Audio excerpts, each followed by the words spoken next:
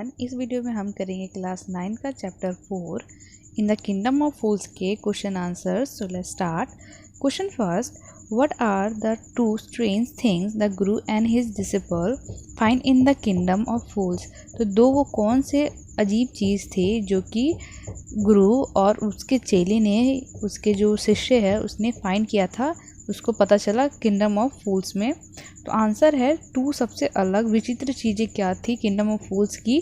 पहली थी कि जो किंगडम ऑफ फूल्स थे वहाँ के जो भी लोग थे वो दिन में क्या करते थे, सोते थे और रात में काम करते थे।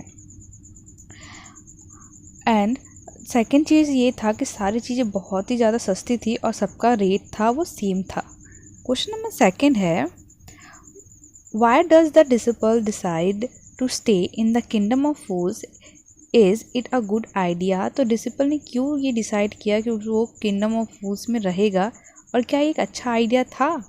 तो आंसर है नहीं, कि डिसिपल है इसने किंगडम ऑफ फूल्स में रहना इसलिए डिसाइड किया था क्योंकि वहाँ पे सब कुछ बहुत ही सस्ता था। द डिसिपल है पिक्यूलियर ऑफ डाइट, और डिसिपल है वो खाने का बहुत ही ज़्यादा शौकीन था और उसे क्या चाहिए था, उसे बस तो सस्ता खाना चाहिए था जो कि वो उसे किंगडम ऑफ फूल्स में मिल रहा था। इस वजह से वो उसने ये डिसाइड किया कि वो किंगडम ऑफ फूल्स में रहेगा। नहीं, एक अच्छा आइडिया नहीं था क्योंकि वहाँ पे लंबे समय तक रहना एक डेंजर में उसको डाल सकता था, क्योंकि वहाँ का जो माहौल है वो बिल्कुल अनप्रेडिक्टेबल है, किसी को नहीं पता वहाँ कब क्या हो जाए।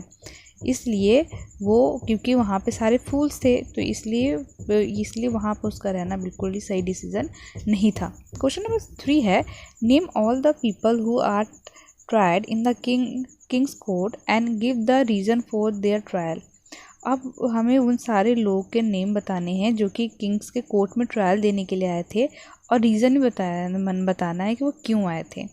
आंसर है, when the merchant's wall collapse the thief dead, his brother complain to the king, he call the merchant who blame the bricklayer. तो पहले कौन था, मर्चेंट्स का जो मर्चेंट है उसकी जो वॉल है वो तो कोलैप्स हो गई थी, गिर गई थी, और द थीफ जो चोर था वो मर गया था। इसलिए एंड जो सेकंड है, ब्रदर कंप्लेन द किंग, तो उसका ब्रदर ने किंग को कंप्लेन कर दिया। He call the merchant who blame the bricklayer, उसके बाद जो मर्चेंट है उसने किसको ब्लेम कर दिया, उसने सारा इंजाम ब्रिकलेयर पे, वो करने वाले उस पे लगा दिया। और ब्रिकलेयर ने किस पे इंजाम लगाया, वो डांसिंग गर्ल पे, क्योंकि उसका जो भी वो है उसका अटेंशन है वो डांसिंग गर्ल ने डाइवर्ट कर दिया था। इस वजह से वो ब्लेम करता है डांसिंग गर्ल को, और डांसिंग गर्ल ब्लेम करती है गोल्ड स्मिथ को for delaying her jewellery, but he blamed the rich merchant whose pressure made him for them first।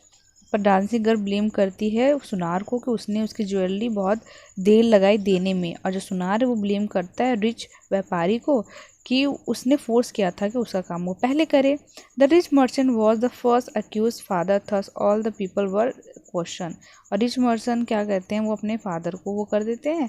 इस तरह जितने भी ये सारे लोग क्वेश्चंस करते, तो ये सारे लोग थे जो कि रिच किंग के कोर्ट में आए थे ट्रायल देने के लिए।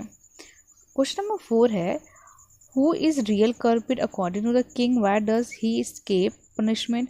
तो रियल कल्प्रिट कौन था, रियल जो दोषी है वो कौन था किंग के अकॉर्डिंग, और ये क्यों छुप रहा था, कैसे बचा ये पनिशमेंट से।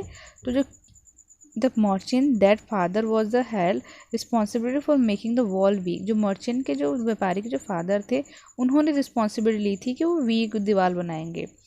But according to the king, the rich merchant was the real culprit because he had inherited both sin and riches of his father। तो पर किंग के अकॉर्डिंग जो मर्चेंट है वो खुद ही क्या है, वही रियल कल्प्रिट है, क्योंकि जो उसके जो फादर है उन्होंने ये रिस्पॉन्सिबिलिटी ली थी कि वीक बनाए।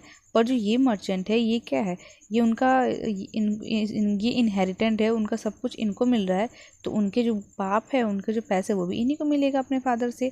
इस वजह से ये किंग ने इनको क्या किया, रियल कल्प्रिट बनाया है। वो बच गए पनिशमेंट से इसलिए क्योंकि वो बहुत ही पतले थे और वो बिल्कुल उस फंदे में फिर नहीं आ रहे थे। Question number 5, what are the guru's words of wisdom, when does the disciple remember them. गुरु के जो विजडम के वर्ड, बुद्धिमानी वाले वर्ड कौन से थे और उसका शिष्य को ये कब सब याद आए। तो गुरु बहुत ही बुद्धिमान पर्सन थे, उनको पता था कि ये सिटी ऑफ फूल्स है और ये कभी भी किसी भी समय डेंजर क्रिएट कर सकते हैं। गुरु के जो वर्ड्स थे वो थे, they are all fools, this won't last very long and you can't tell what they will do to you next। और ये उन्होंने कहा कि ये सारे फूल्स है और ये ज़्यादा समय तक यहाँ पे रहना ठीक भी नहीं है, क्योंकि ये कब तुम्हारे साथ क्या करेंगे ये किसी को नहीं पता, हम कुछ नहीं कह सकते कब तुम्हारे साथ ये क्या कर दे। The disciple realizes his mistake when the king orders his execution without any reason. Disciple को ये अपना यहाँ रुकने का जो फैसला है उसको इस बात का ये गलत था, उसको इस बात का रियलाइजेशन कब हुआ था, जब किंग ने बिना किसी रीज़न को उसको फांसी पे चढ़ाने का हुक्म दे दिया था। It was because of the guru's order of words of wisdom that the execution was postpone.